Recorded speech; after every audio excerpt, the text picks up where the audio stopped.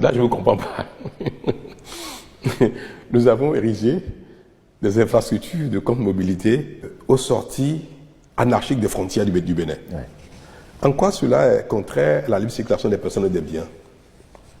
Et tous les pays du monde contrôlent leurs frontières.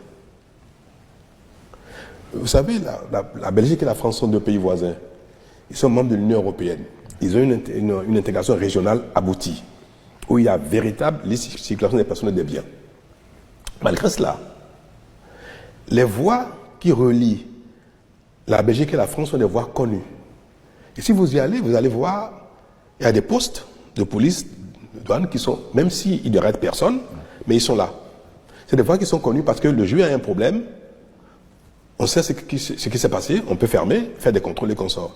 Donc, tous les pays ont une idée très claire des voies par lesquelles on quitte le territoire pour aller dans un autre territoire, même s'il y a libre-échange entre les pays. Les gens au Bénin, chacun se lève et ouvre la voie qu'il veut. Non, il y a des centaines de milliers de voies qui relient le Bénin avec le Togo, le Nigeria. Heureusement, au Niger, il y a le fleuve, le Burkina. Il y a des milliers de voies. De sorte que rien ne tient. Alors, nous avons dit qu'il faut fermer ces voies-là et avoir les voies dédiées.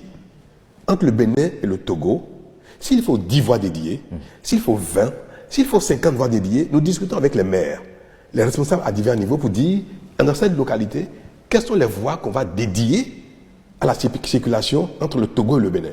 Nous avons choisi, et avec les élus locaux, les voies qui doivent être dédiées aux échanges entre le Bénin et le Togo, bientôt avec le Bénin Nigeria, le Bénin le Burkina.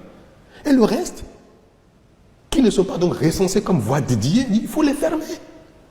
Donc nous cherchons les moyens de bord que nous avons pour fermer ces voies qui ne sont pas reconnues comme étant voies officielles de circulation entre le Bénin et les pays voisins. C'est tout ce qui est en train d'être fait. Et on dit que... mais moi je vous ai dit tout à l'heure une chose.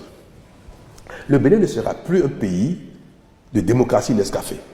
Ne sera plus un pays de pagaille. C'est parce que nous avons laissé prospérer ce genre de choses que Yaïboun même dénonçait à l'époque, démocratie Nescafé, d'anarchie, qu'aujourd'hui, le fait de dire c'est de l'anarchie, on ne peut pas continuer, on dit ah non, pourquoi?